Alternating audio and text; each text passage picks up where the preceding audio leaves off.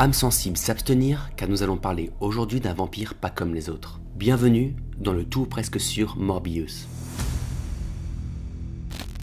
Ses origines. Morbius est apparu pour la première fois dans le comics The Amazing Spider-Man numéro 101 en 1971.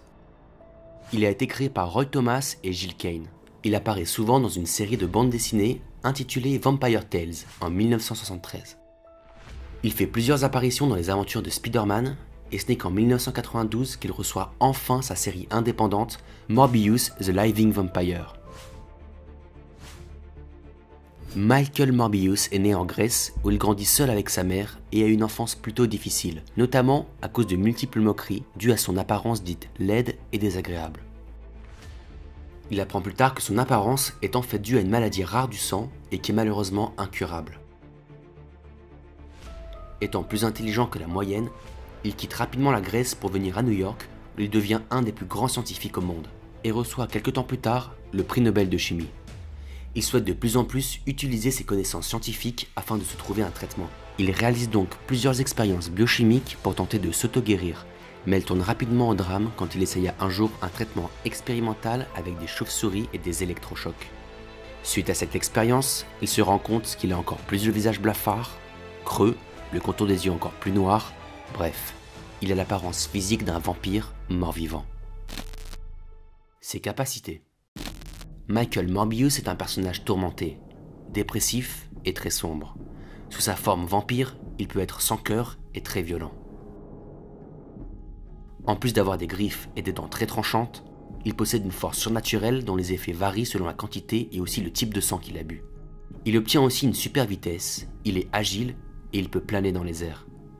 Il guérit plus rapidement qu'un simple humain, à peu près aussi vite que Wolverine, et a aussi la capacité d'hypnotiser une personne en la regardant longtemps dans les yeux.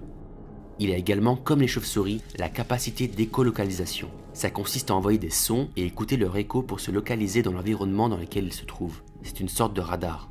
Il a toujours été attiré par le sang radioactif de Spider-Man, pensant que ça pourrait le guérir, mais cela n'a rien donné. Depuis, Morbius essaye de maîtriser ses pulsions et se nourrit uniquement de sang de criminels ou de sans-abri. Ses alliés et ses ennemis. À la base, le principal ennemi de Morbius est Spider-Man. IGN, un site américain de divertissement et essentiellement de jeux vidéo, l'a classé 19e plus grand méchant de Spider-Man. La première rencontre entre Morbius et l'homme araignée a été un pur hasard. En effet, Peter Parker, qui souhaite à ce moment-là se marier à Gwen Stacy, veut absolument redevenir normal en évitant de lui cacher sa double identité. Il élabore donc un antidote qui doit lui faire perdre ses pouvoirs. Suite à cette expérience, il fait un malaise où il voit George Stacy dans son rêve, le père de Gwen, qui lui rappelle l'importance de ses pouvoirs et de ses responsabilités.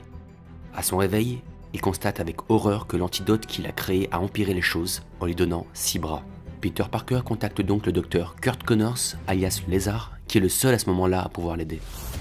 Celui-ci l'envoie dans son laboratoire secret. En attendant Connors, Spider-Man commence à travailler sur un autre antidote quand un vampire assoiffé de sang arriva. C'était évidemment Morbius, qui s'était infiltré dans la maison de Connors pour se reposer. Lorsque Connors arrive à son tour, Morbius se jeta sur lui. Le docteur Connors se transforma en lézard sous le stress. Un affrontement entre Morbius et le lézard commença. Dans l'affrontement, Morbius mord le lézard puis préfère prendre directement la fuite. Affaibli par la morsure de ce dernier, le docteur Connors redevient petit à petit sous forme humaine. Spider-Man poursuit les recherches pour les guérir tous les deux, mais ils comprennent que le sang de Morbius pourrait être la solution à cet antidote. Après de longues recherches, Spider-Man et le lézard trouvent Morbius et gagnent le combat contre lui. Morbius finit par tomber dans une rivière et disparaît. Spider-Man réussit tout de même à récupérer un échantillon de sang du vampire qu'il utilise pour se soigner lui-même et aussi le lézard. Morbius sera amené à rencontrer plusieurs fois l'homme araignée dans plusieurs arcs différents.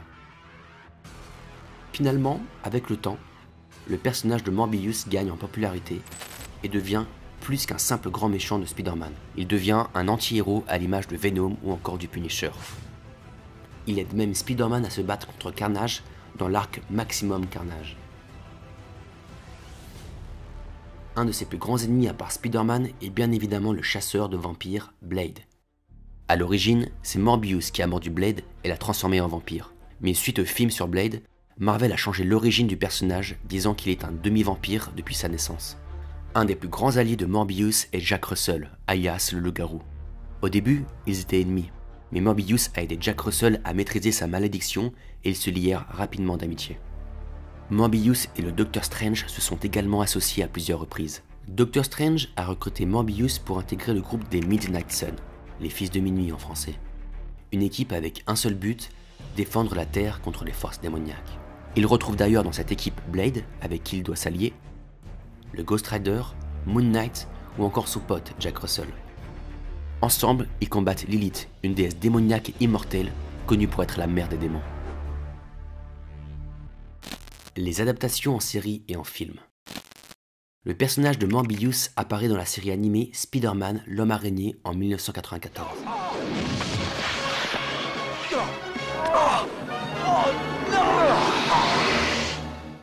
Il fait également une apparition dans le film Blade en 1998 et est interprété par Stephen Norrington. La scène a malheureusement été coupée au montage, mais elle est incluse dans les bonus du DVD. You keep your cure. I've never felt better. Besides, as long as there's a war going on, I still have a job to do. Oh yeah? Then you're back on the clock. Marvel Entertainment a ensuite refusé au réalisateur de Blade 2 d'utiliser les droits de Morbius alors qu'il était prévu qu'il soit le principal méchant dans le deuxième opus. En novembre 2017, Sony Pictures annonce son intention de faire une adaptation cinématographique de Morbius qui fera partie de l'univers de Spider-Man de Sony. Le 27 juin 2018, il a été annoncé que Jared Leto jouera le rôle principal et Daniel Espinosa réalisera le film. Après avoir été repoussé plusieurs fois, le film devrait sortir en salle le 30 mars 2022. À quel moment doit-on s'arrêter? Quand on veut soigner un mal.